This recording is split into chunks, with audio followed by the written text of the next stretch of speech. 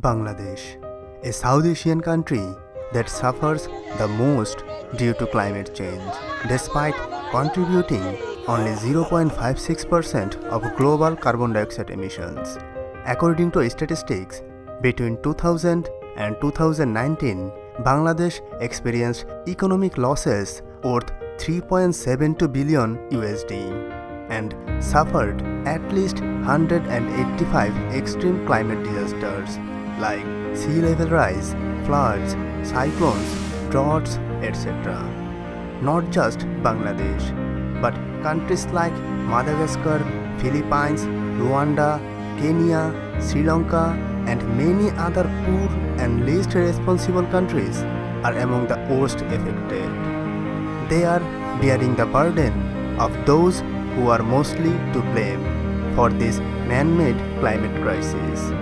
Now, the question is, who is historically responsible for climate change? Let's find it out. To answer this question, let's go back to the past, to the Industrial Revolution, the transition from handcrafted items to the use of machinery. This revolution began in Great Britain between the late 18th and the early 19th centuries, fueled by a new source of energy, the fossil fuel, which includes coal, petroleum, and natural gas. As these fossil fuels were very cheap and efficient compared to wood, Britain started to power textile mills, trains, ships, and all sorts of industrial machinery using fossil fuels. Soon after, the heavy uses of fossil fuels extended throughout the Europe, the United States, and other countries, causing massive changes in society and business.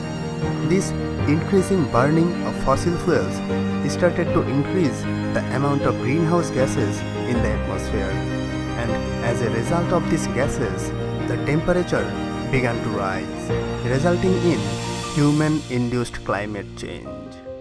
But not every country released the same amounts of greenhouse gases into the atmosphere. Therefore, every country in the world has a different share of responsibility for climate change. Since 1850, with emissions of more than 509 gigaton of carbon dioxide, the US has led the way to have the largest share of cumulative carbon dioxide emissions.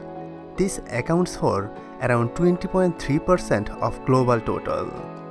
China is in the second place, accounting for 11.4% of total carbon dioxide emissions, which is about 284.4 gigaton of carbon dioxide.